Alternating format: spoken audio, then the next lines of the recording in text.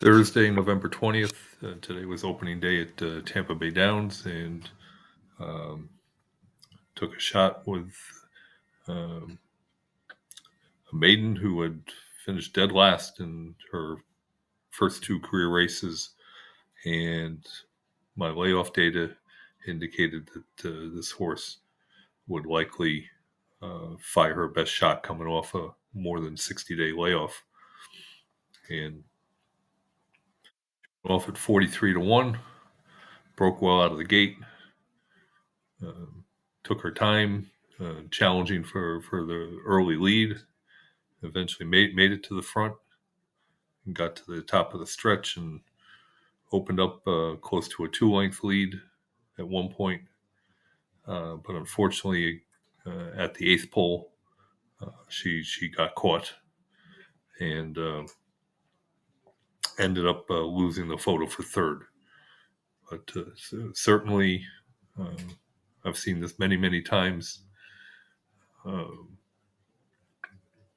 in my uh, over 25 years of using my unique statistics, um, that having a winning profile of sires and broodmare sires um, is a wonderful handicapping tool, and that's what I provide.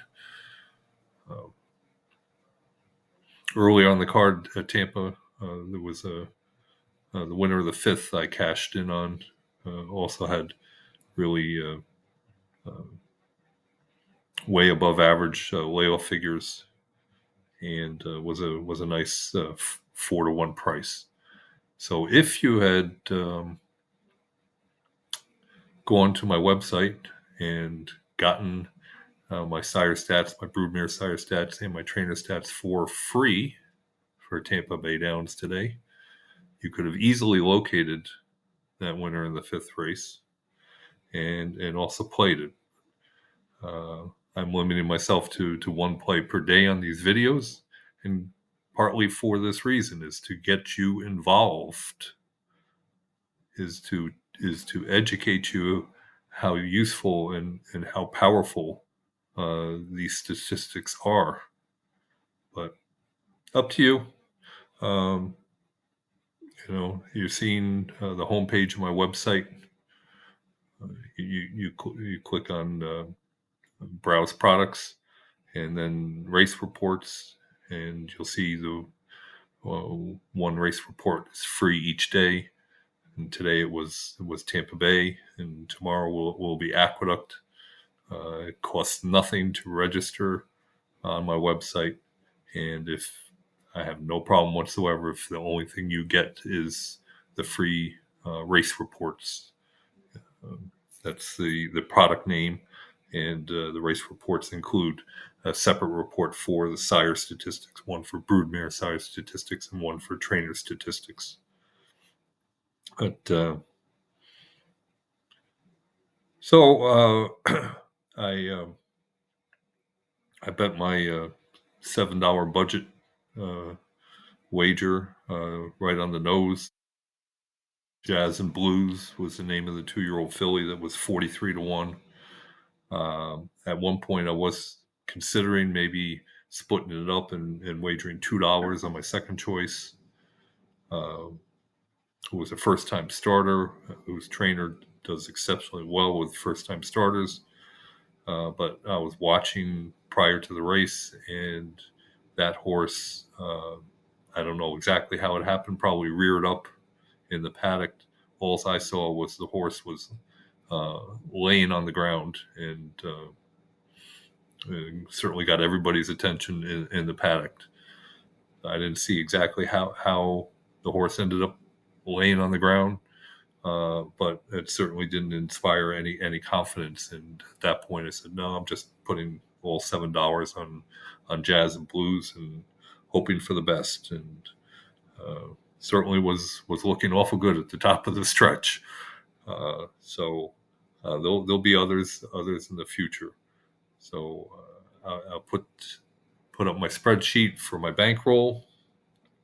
The bankroll is back to its original $500. There's a little over $6 in the kitty. in the far right column.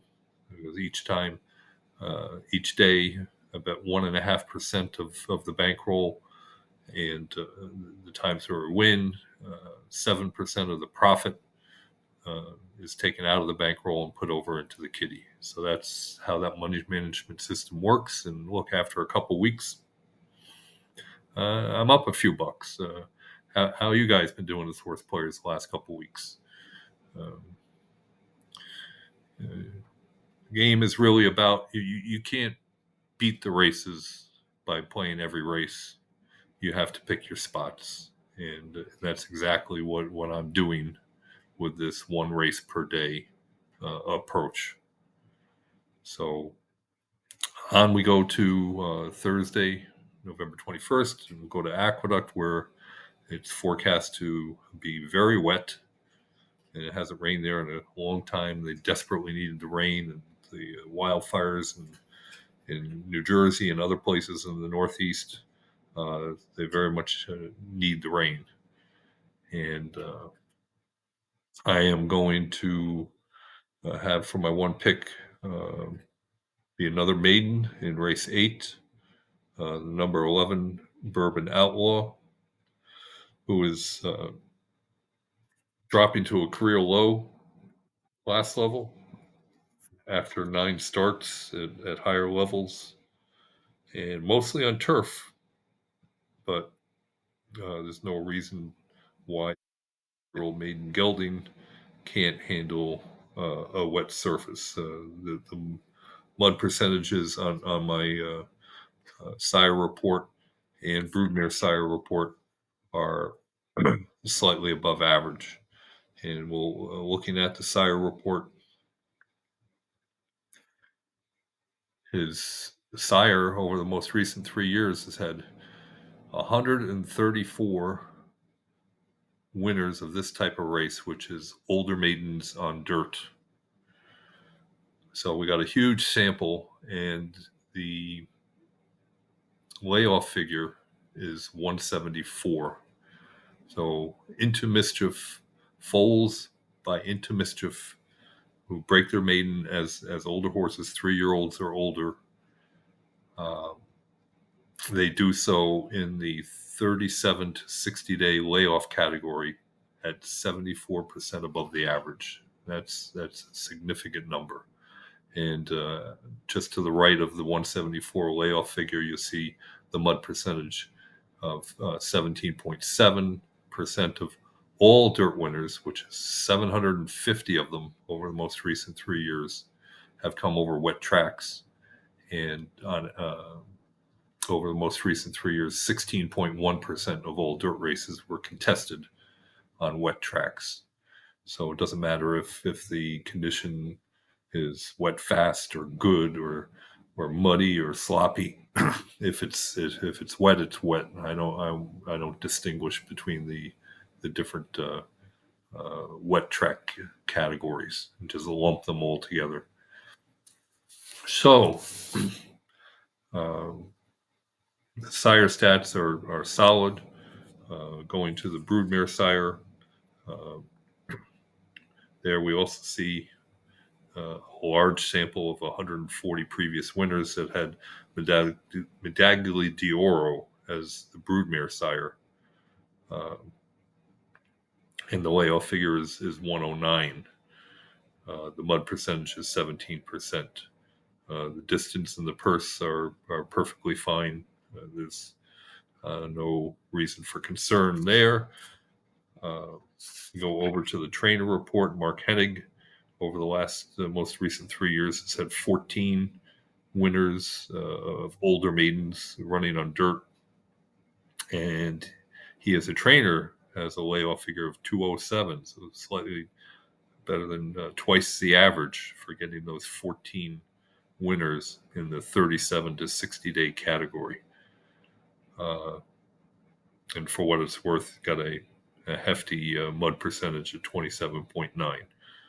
So certainly more positive data for Bourbon Outlaw, who picks up a an apprentice jockey who's doing quite well, Christopher Elliott, who rides both down at Parks and now also rides at Aqueduct. So that's my top pick in the race, and uh, my second choice would be the number 6, Very Satisfactory, trained by Brad Cox, who's always very dangerous. And this 3-year-old maiden gelding uh, is dropping to a career low class level. And another one that's been running on on the turf. And looking at the breeding, Very Satisfactory is by the Factor, whose uh, breeding does suggest it leans towards turf, a preference for turf. And Bodemeister, as a broodmare sire, uh, leans fairly heavily towards a preference for dirt. So there's a little hope of a good stat. Brad Cox also shows a layoff figure of 202. And again, very satisfactory. He's going on 47 days rest, just like Bourbon Outlaw. And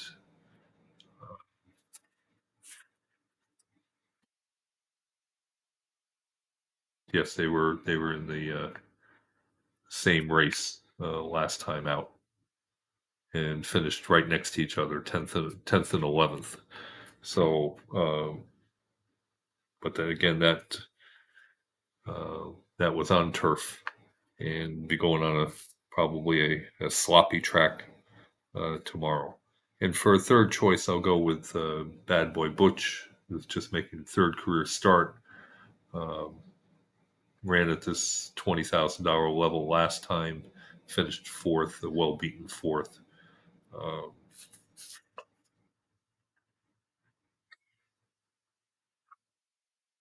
and really outstanding. It just seemed to be the one that I like the best when going through the field. But certainly, Bourbon Outlaw is a top pick, and the backup would be very satisfactory. And see what kind of prices um, we get. Very satisfactory being trained by Brad Cox. It's probably going to be a fair bit shorter price than Bourbon Outlaw. I would guess probably 5-2 for very satisfactory, and maybe 4-1 on Bourbon Outlaw. But we shall see. And so again, I invite you to visit my website, get my statistics for free, and so you can watch this video and follow along with what I'm saying, and hopefully find additional plays on your own. That's really what it's all about. We'll talk to you tomorrow.